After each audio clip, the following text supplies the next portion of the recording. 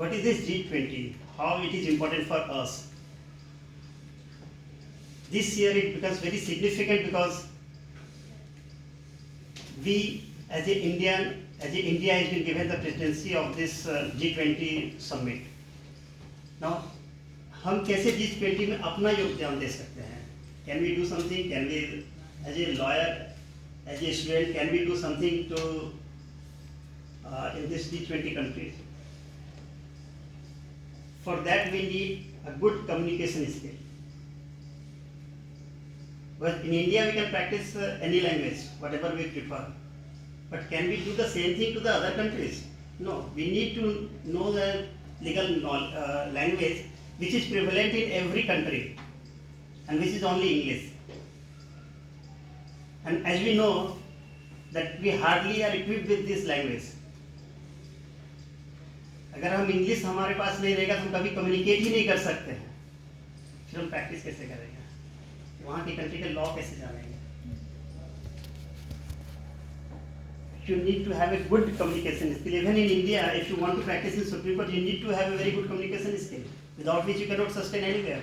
And when you are competing with the law, with the NLS students, you need to have that much, and such a manner that you can sustain there, you can prove yourself.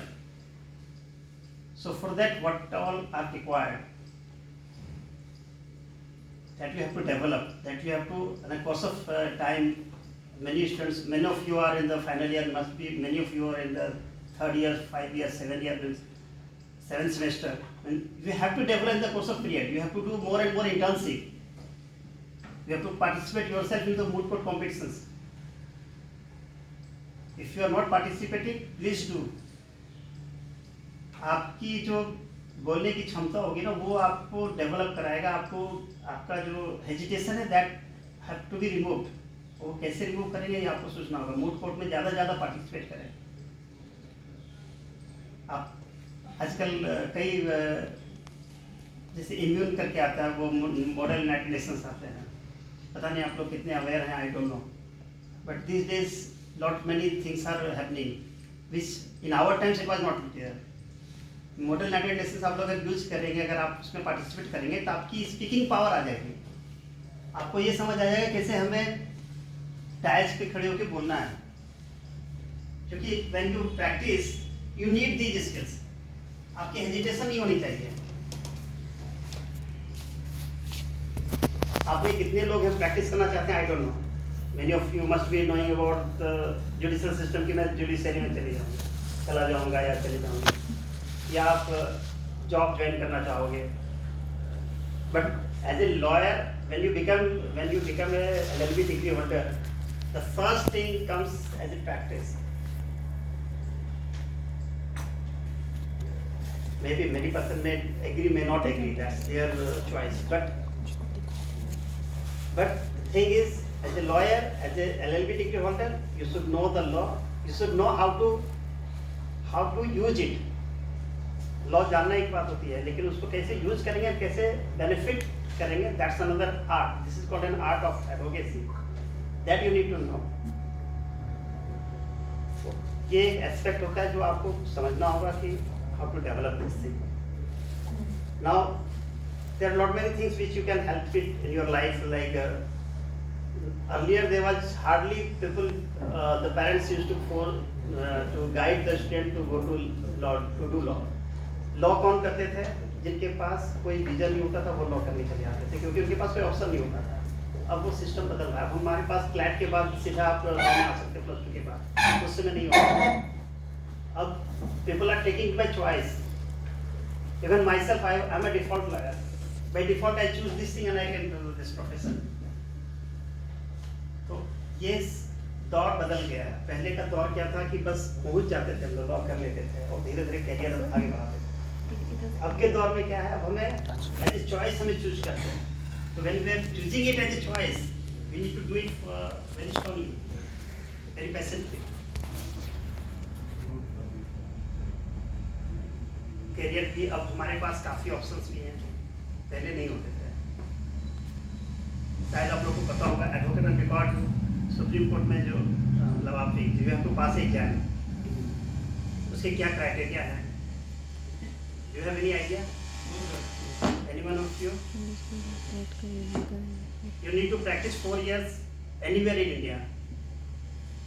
And thereafter you need to practice 1 year under an advocate on record who is having more than 10 years of practice. जिस advocate on record की 10 years की practice है वही आपको 1 year का certificate देंगे advocate on record करने के लिए. So once you complete that 4-year period of practice anywhere in India and 1 year under an advocate on record, so altogether it becomes 5 years. Thereafter you are eligible to appear in the AOR exams, advocate on record examinations. And then once you clear the exam, you become advocate on record. पहले के ज़माने में जो supreme Court में होते थे सिर्फ 4 लोग 5 लोग एडवोकेट ऑन रिकॉर्ड बनते थे. इधर कुछ सालों से थोड़ा रिलैक्स हो गया है, डाइल्यूट हो गया ये सिस्टम. लोग अब क्या करते हैं, जैसे अब जुडिशरी का प्रिपरेशन करते थे वैसे अब लोग AOR की प्रिपरेशन करते हैं और एग्जाम लिख के निकलते हैं. लेकिन उससे कुछ नहीं होता है. अगर आप AOR का एग्जाम लिख के मतलब अगर आप तैयारी करके पढ़ेंगे तो कोई फायदा नहीं होने वाला है. आप प्रैक्टिस करो, आप सुप्रीम कोर्ट प्रैक्टिस करो, आप AOR बन जाओगे. आपको जरूरत नहीं है कोई तैयारी की, क्योंकि सुप्रीम कोर्ट में करने के लिए आपको एडवोकेट ऑन रिकॉर्ड बनना पड़ेगा, तभी केस फाइल कर सकते हैं. बिना एडवोकेट ऑन रिकॉर्ड का आप केस फाइल नहीं कर सकते अपने नाम से. जैसे आप ऑल ओवर इंडिया में कहीं भी आप जाओ, आप लॉयर हैं, आप लॉ की डिग्री लिए, आपने बार काउंसिल में इनरोल कर दिया, that is more than sufficient to become a lawyer. अब AIIB का एग्जाम शुरू हो गया है, 9-10 से आई थिंक शुरू हुआ, तो एक एग्जाम क्लियर करना पड़ता है. उसके बाद आप एडवोकेट की प्रैक्टिस कर सकते हैं. बट AOR के लिए आपको 5 years का वो टर्म पीरियड, और जब आप प्रैक्टिस करेंगे तो आपको एक टर्म बनता है, क्योंकि फील्ड में होता क्या है कि आपको एक कनेक्शन होगा तभी आपके पास क्लाइंट आएंगे. तो ये तो एक फील्ड होता है, और कई और फील्ड है जिसमें आप कर सकते हैं. आजकल लीगल एडवाइजर हर कंपनी को चाहिए होता है. For that you need to study, you need to crack the exam, you will become a legal advisor in any company. There are lot many things, lot many companies are there. There are private companies who need in-house counsel. Law firms are there, where will be getting higher paid of salaries. So law firms के लिए you need a good communication skill. If you don't have a communication, they may not hire you. They will hire analyst skill, national law student. And private colleges are more prominent to these things.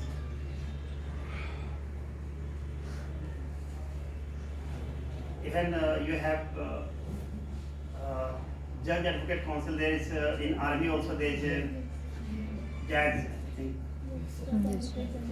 Yes, that also you can prepare for. So nowadays you have the variety of options. Judiciary also you can crack even after passing law. You can crack civil judge exam. You can become a judge. Even after 35 years of age and 7 years of practice, you can directly appear in the additional district judge exam. After 35 years of age and 7 years of practice, continuous practice, you can appear in advocate in higher judicial services exam. After 45 years, you can directly elevate to the High Court or Supreme Court. There are a lot of options, even on the judicial side, even other side. You have to just think about that where you need to go.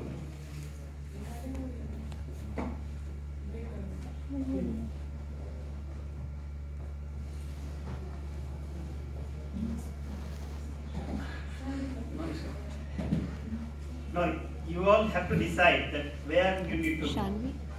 हल्के से पीछे. Judiciary or practice, or other thing is that legal advisor. There are a lot many companies, government companies are there, like Oriental insurance companies are there.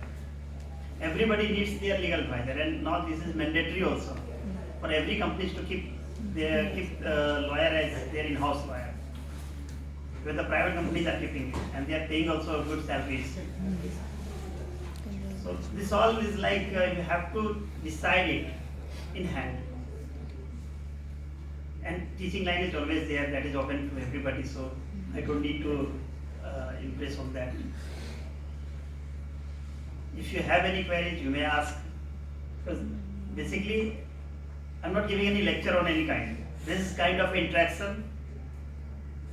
A lecture you must be getting every day and every other day, and teachers are there to teach you. I'm only to interact with you, to guide you. If you have any queries with your future profession, with your future aspect, that what you need to do it, how to proceed ahead after passing your LLB, where to go, what profession you should choose, why, if you want to come in practice, that what all challenges you can face. If you have any queries, please ask. Please. Good afternoon sir, मेरा ये query था कि जैसे हम लोग आपने बताया कि एलएलबी करने के बाद मैं सेवन सेमेस्टर की स्टूडेंट हूँ। एलएलबी करने के बाद बहुत से लोग सिविल जज का एग्ज़ाम देंगे, तो क्या सर उस एग्ज़ाम के पहले हमें कोर्ट में प्रैक्टिस करना मैंडेटरी होता है? नहीं, ये 2007 के बाद ये मैंडेटरी खत्म किया। पहले 3 इयर्स का प्रैक्टिस होता था 2007 से, उसके बाद ये खत्म हो चुका है। तो पहले मैंडेटरी था, अब नहीं है। अब डायरेक्टली आप सिविल जज का एग्जाम में अपियर हो सकते हैं। Yes. Good afternoon, sir. Sir, likewise you said that we should do more and more internships so that we can build up the communication skills that we need for becoming an advocate. That will also be helpful if we want to be a civil judge after it. Will it help in our civil judge journey? Obviously, see, if you have, suppose you never went to the court, Yes. and directly become a judge, and you sat on the dais and you are judging the cases. You just yourself think that how will you judge when you never face the case, never face this kind of situation? Will you be able to judge impartially? No. Will you be able to judge in the right perspective? Definitely. If, Sir, if suppose if you went to the court and if you have seen some kind of cases, obviously you will have something in your mind that yes, what I am judging it should be in a different manner, because it's all like a two sides of a coin. yes. When you are, suppose I am this side of the bench, that is the bar. Yes. If I am there, then I'll be in a very good position to judge when I am sitting this side. Obviously. So this is always good for your thought process. While writing judgment, it will be visible on your judgments. Sir, my next question is if we are pursuing 5 years law course, Yes. then from which year do we need to do the internship so that it can Right from the help? beginning you start. So In from the yes, first year only? Yeah, from the first year only. Nowadays, what national law schools are doing? They are sending their students from the very first year.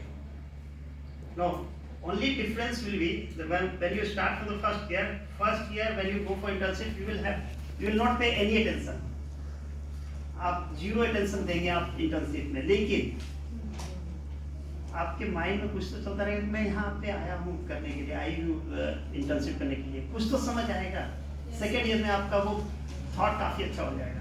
Clear. So gradually you start learning, you start adopting it. In your conduct it will be visible. Thank you so much, sir. Thank you. Anyone else?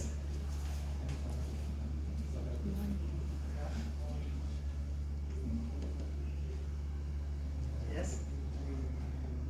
Sir एक question मेरा था, जैसे sir जब हम लोग LLB कर रहे थे तो मन में ये विचार आता था कि हम लोग डायरेक्ट जो है क्यों ना जो है कि मतलब सुप्रीम कोर्ट में प्रैक्टिस किया जाए। तो सर पहला क्वेश्चन ये है कि क्या डायरेक्ट सुप्रीम कोर्ट में प्रैक्टिस किया जा सकता है, और सर कैसे एक स्टूडेंट जो है कि कैसे जो ये स्कोरा की तैयारी करे ताकि as a advocate on record बन सके सर, और क्या उसका सिलेबस होता है सर? जो फर्स्ट क्वेरी आपकी थी कि क्या मैं डायरेक्ट सुप्रीम कोर्ट प्रैक्टिस कर सकता हूँ, पहले कर सकता था, इसलिए मैं डायरेक्ट सुप्रीम कोर्ट में प्रैक्टिस किया हूँ। बट अब ये मैंडेटरी हो गया है कि you have to practise 2 years in the trial, 3 years in the trial court, 2 years in the high court, 5 years you have to practice in the lower court, then only can come to Supreme Court. ये bar council का नया guideline आ गया। तो ये examination तो first time को करना ही पड़ता। अब तो नया 2010 के बाद आई थिंक ये का एग्जामिनेशन है वो पास अगर हम कंप्लीट कर अभी इस साल का शेड्यूल है 15 फरवरी अकाउंट तो ये जो अब गाइडलाइन आ चुका है, despite irrespective of that people are practicing, that's apart from the record, but people are practicing. तो ये तो वन एस्पेक्ट है। सेकेंड एस्पेक्ट आपको होता है स्कोरा का ध्यान।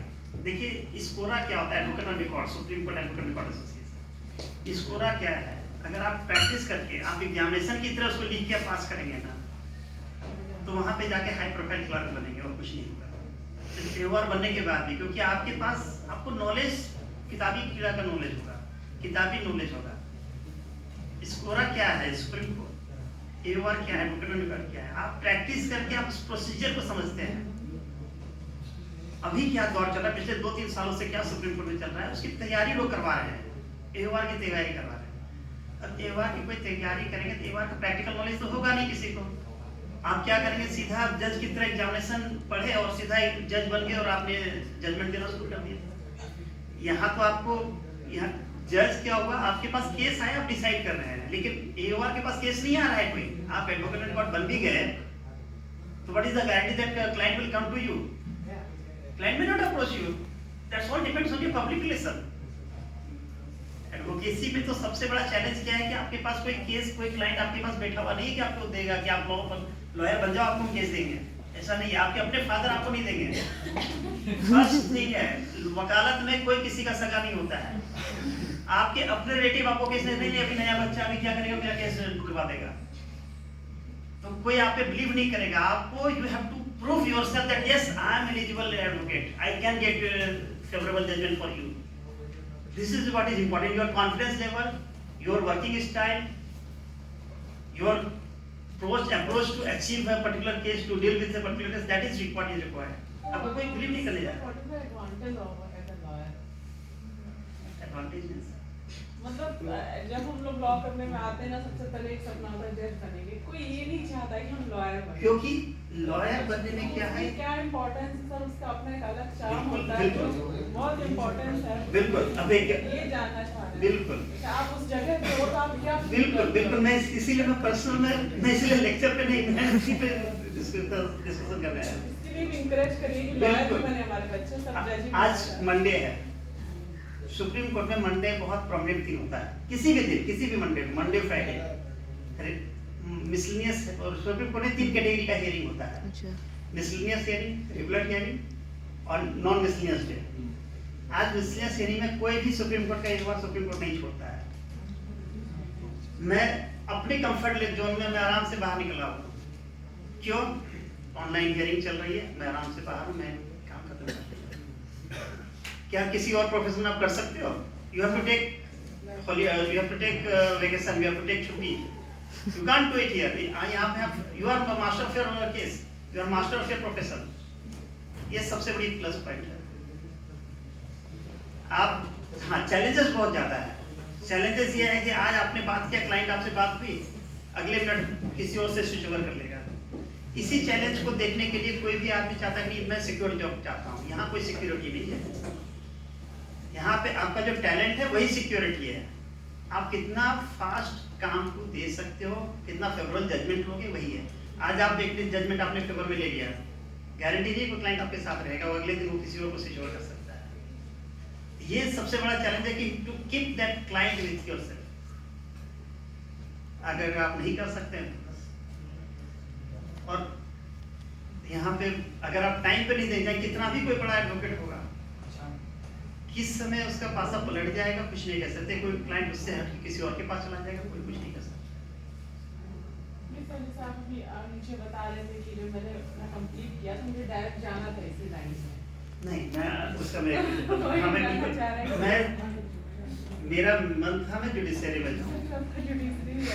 हाँ बिल्कुल, मेरा भी मन था जुडिशरी था, लेकिन मैं उसी बीच में पीसीएस का एग्जाम दिया था झारखंड का, और मैं मेंस का एग्जाम जब लिख रहा था तो मैंने देखा मेरे अगल बगल वाले सारे चीटिंग कर रहे। झारखंड का सेकंड झारखंड का पीसीएस एग्जाम दिया था मैंने, सब लोग चोरी कर रहे थे, और चोरी करने वाले सारे बच्चे पास करके हम लोग बाहर हो गए। उसी दिन मैंने कहा आज के बाद एग्जाम लिखूंगा नहीं, किसी भी सब्जेक्ट का नहीं लिखूंगा, और मैं सीधा प्रैक्टिस में आ गया। तो हाँ, प्रैक्टिस में काफी चैलेंजेस था। फर्स्ट जनरेशन को कौन पूछता है, कोई नहीं पूछता। अभी सुप्रीम कोर्ट में कौन पूछता है, बट चैलेंज यही है कि you have to establish yourself. और वो भी एक बहुत अच्छा है, अंग्रेजी नहीं जानने वाले बच्चे के लिए भी। बिहार झारखंड जो नॉर्थ इंडियन के पास सबसे बड़ी प्रॉब्लम क्या होता है, इंग्लिश। उसको आप डेवलप कीजिए। अगर वो नहीं होगा तो आप सुप्रीम कोर्ट में प्रैक्टिस करना, सस्टेन करना बहुत बड़ी बात है, क्योंकि वहां पे कोई भी शब्द अब हिंदी, मेरे को यही बोला गया था बाइलिंगुअल आप बोलेंगे। बाइलिंगुअल हम लोग यहीं पे जो डिग्लॉट एडिशन हमने बनारस में पढ़ा है, तो बनारस का जानता था कि डिग्लॉट एडिशन आता है। सुप्रीम कोर्ट में कभी डिग्लॉट देखा ही नहीं, क्योंकि हमें यूज ही नहीं करना होता है, हमें हिंदी देखना ही नहीं होता है। हिंदी कब आता है? अब जब हम प्रैक्टिस करने लगे, इतने साल के प्रैक्टिस में, अब मैं समझ आता है कि हिंदी भी जानना होता है। क्लाइंट हमारे पास कौन अप्रोच करते हैं? नॉर्थ इंडियन बैंक वाले आते हैं, और वहां तो पूरा हिंदी चलता है, आपका लोअर जुडिशरी पूरा हिंदी से चलता है। आपके पास हिंदी आएगा, ऐसे से हिंदी आप पढ़ ही नहीं पाएंगे, आप उसका इंग्लिश ट्रांसलेशन नहीं कर पाएंगे। जो ट्रांसलेट करवाएंगे वो आपको कुछ का कुछ बना देगा।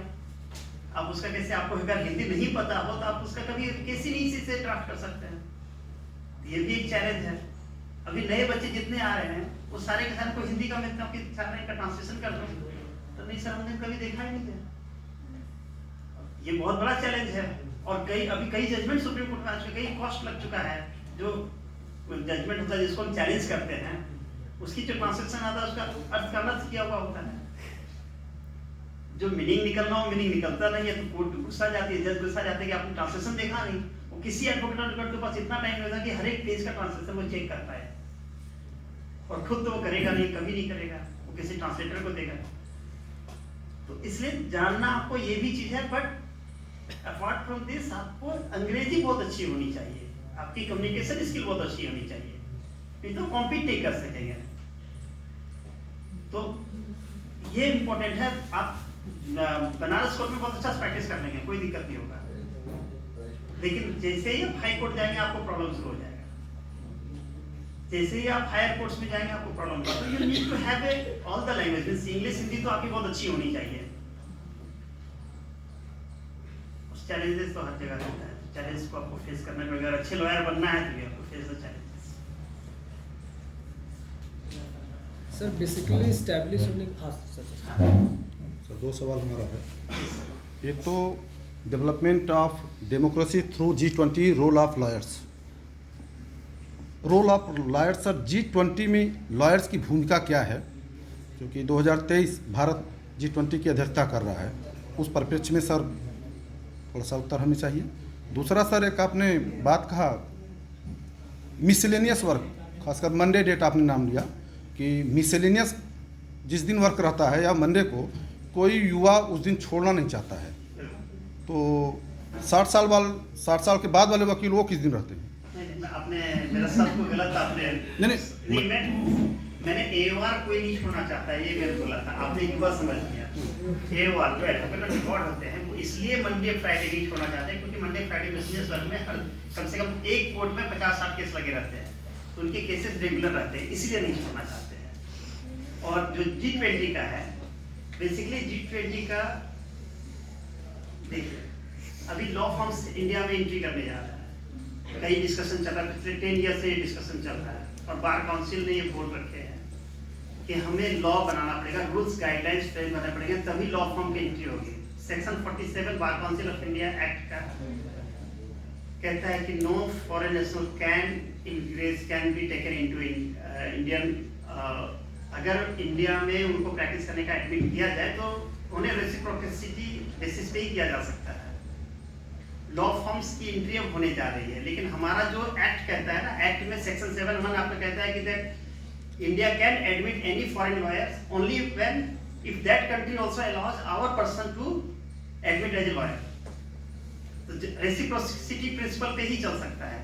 अब G20 का अध्यक्षता हम लोग कर रहे हैं और हमारा टॉपिक भी यही रखना है।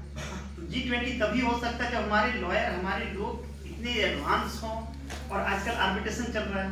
आर्बिट्रेशन आपका all over India, all over world से आपका आर्बिट्रेशन चलता है। तो इस प्रोफेशन में अगर हमारे लॉयर ट्रेंड होंगे तो आराम से वो काम करेंगे। तो चल रहा है, लॉ फॉर्म्स आपका यही काम कर रहा है। आर्बिट्रेशन आजकल बहुत प्रोमिनेंट है। अब इस छोटे से पॉइंट पे आप बहुत कुछ कवर नहीं कर सकते, जिस टॉपिक को बहुत कवर नहीं किया जा सकता है।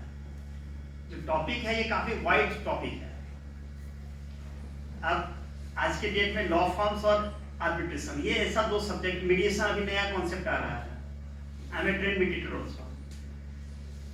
मीडिएशन आर्बिट्रेशन आपका इंटरनेशनल होना शुरू हो गया है, और इंटरनेशनल में आप कभी, आपके पास अगर लॉयर ट्रेंड हो गए तभी आप अपना रोल आप वहां पुट अप कर सकते हैं। Otherwise the law forms are doing this thing. Law firms are based on like India का कई लॉ फर्म्स है जो फॉरेन में काम कर रहे हैं, फॉरेन का लॉ फर्म इंडिया में काम कर रहे हैं, वहाँ लॉयर बन जाएंगे। अगर आपके बच्चे ट्रेंड होंगे तो आपके बच्चे को लिया जाएगा, नहीं तो एनालिस्ट वाले लेते हैं, क्योंकि एनालिस्ट वाले को ये सारा पहले से ही फीड कर दिया जा रहा है, तो वो ट्रेंड हो रहे हैं। हमारे बच्चे नहीं ट्रेंड रहेंगे।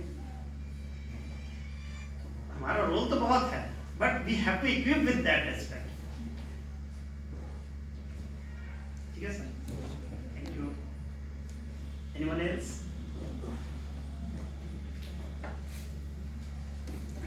Hello sir, good afternoon. My name is Deepak Singh Yadav and I am a DLLB first semester student. Sir, I want to ask what is lawyer's ethics?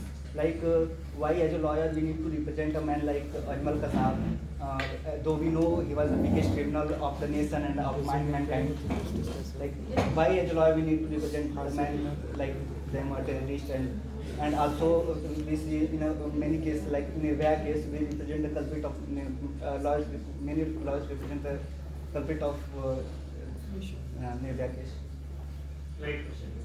So, you must have you gone through the ethics, the duties of lawyers in Advocates Act 1961? No sir, I am not. Correct. You are the first year, that's why you may not be. So, you are a good person. Your query is right. Lawyers की duty क्या होती है? कि हमें represent करना होता है अपने क्लाइंट्स का इंटरेस्ट। Yes. क्लाइंट्स में भी एनीवन, क्लाइंट्स में भी एनीवन। Yes.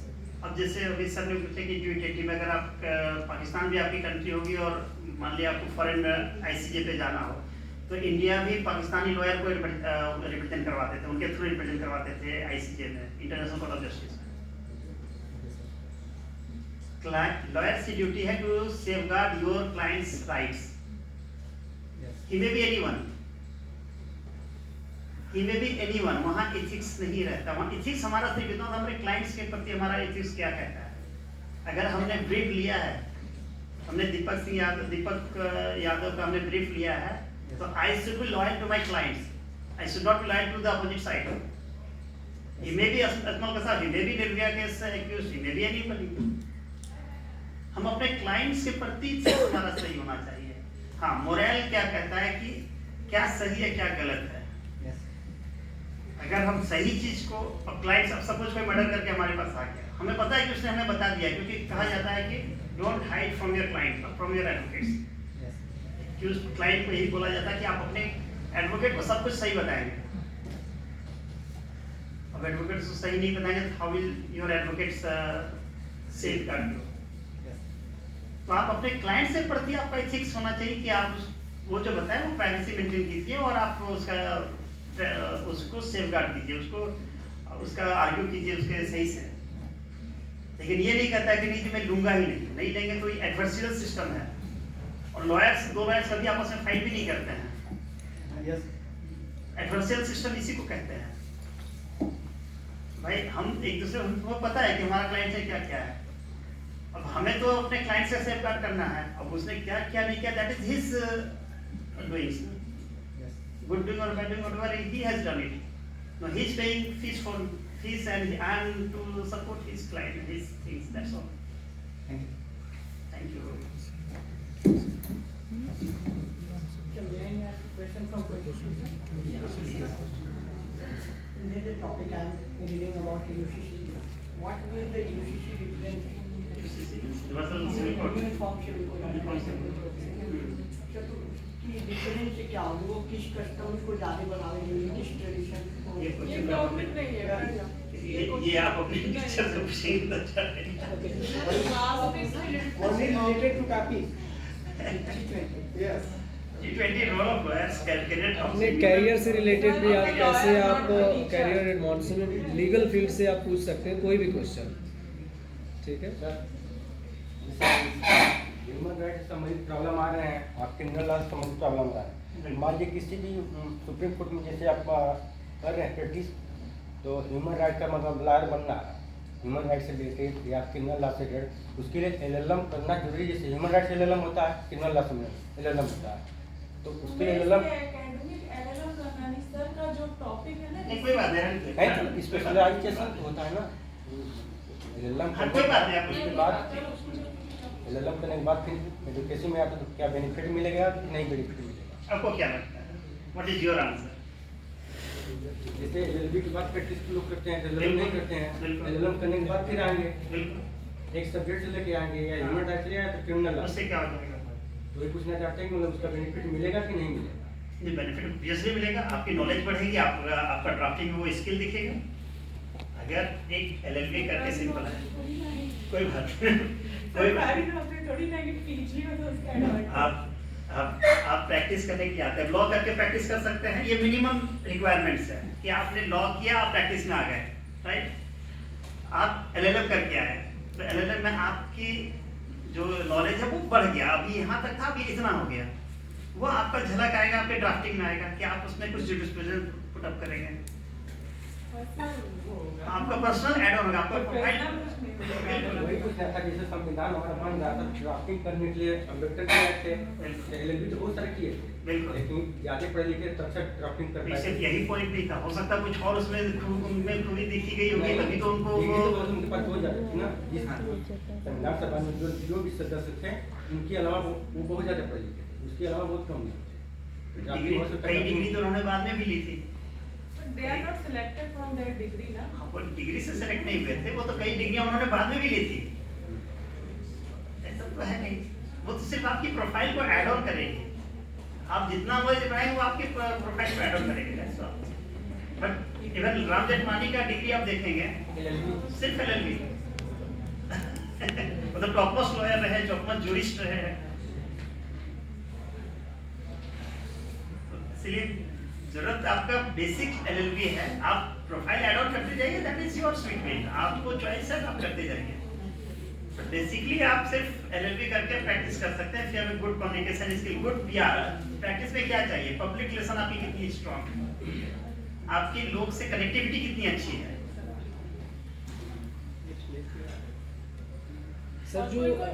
सर जो क्लासेस जो हम जैसे हमारे बच्चे हैं क्लास कर रहे हैं, रेगुलर चीज़ों को जो है कि लोग जानने का प्रयास करते हैं, लॉ क्या है, प्रैक्टिस में क्या है, प्रैक्टिस में अभी हालांकि ये लोग नहीं जानते हैं। तो सर मेरा ये है कि ये जो क्लासेस हैं वो कितनी इम्पोर्टेंस रखती हैं किसी प्रैक्टिस में, और क्या इम्पोर्टेंस होता है कोई ड्राफ्ट बनाते समय? सर ड्राफ्ट का क्या इम्पोर्टेंस होता है? एक्चुअल में प्रैक्टिस और थ्योरी बहुत अलग चीज होता है। जब हम लोग बीएचयू से पढ़ के निकले थे तो हम लोग को प्रैक्टिस का कोई नॉलेज था, उसमें इंटर्नशिप का कोई कॉन्सेप्ट बहुत कम था। हम लोग को सिर्फ आई थिंक समर वेकेशन में इंटर्नशिप के लिए बोला गया था कि आप इंटर्नशिप कीजिए, तो हमारे पास कॉन्सेप्ट ही बहुत हल्का था, तो हमने नहीं किया। लेकिन प्रैक्टिस थियोरेटिकली हम लोग की बहुत स्ट्रॉन्ग थी। जब हम प्रैक्टिस में आए तो वो आपका बेनिफिट करता चला गया कि आपको नॉलेज, आपको पता है कि लॉ कहाँ से हमें कहाँ अप्लाई करना है। बट प्रैक्टिस में आपको क्या चैलेंजेस होता है, आप जिस सब्जेक्ट आपके अगेंस्ट, आपको जिस सब्जेक्ट का केस आया, सपोज टेबल जजमेंट का कोई मेल मैटर आया, आप तुरंत उस सब्जेक्ट को पढ़ना शुरू करेंगे, आप उसको देखेंगे कैसे क्या करना है। अगर प्रायर नॉलेज आपके पास है तो आप सर्च नहीं करेंगे, आप सीधा ड्राफ्टिंग के लिए जाएंगे।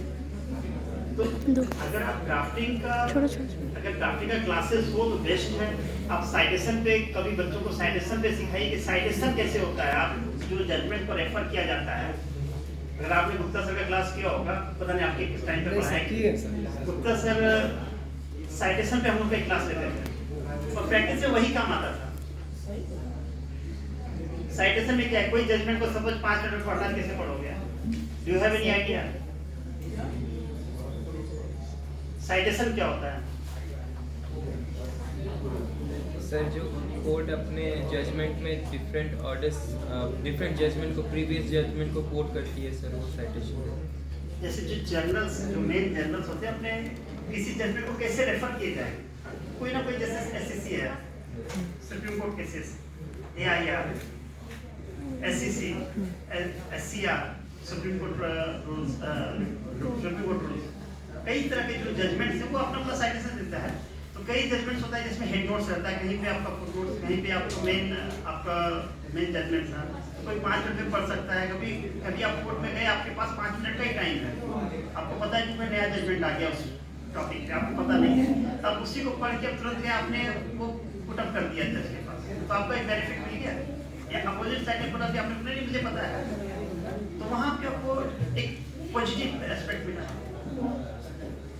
ये सब चीजें अगर आप देखेंगे, आप रेगुलर पढ़ते रहेंगे तो आपको बेनिफिट मिलेगा।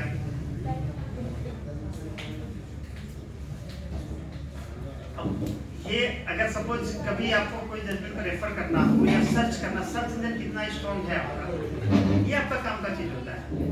आप जब आप कोर्ट में जाते हैं तो आपने हो सकता नहीं देखे हो, सर्च इंजन कितने लोगों को पता होगा, कितने लोग सर्च इंजन से यूज करते हैं, जजमेंट सर्च करते हैं। जब मूड कोर्ट आप करेंगे तो आपको ये सब चीजों का आपको नॉलेज आना ही पड़ेगा, क्योंकि नहीं करेंगे तो आप कॉम्पीट नहीं कर सकते। अरे यार ले के पास करना।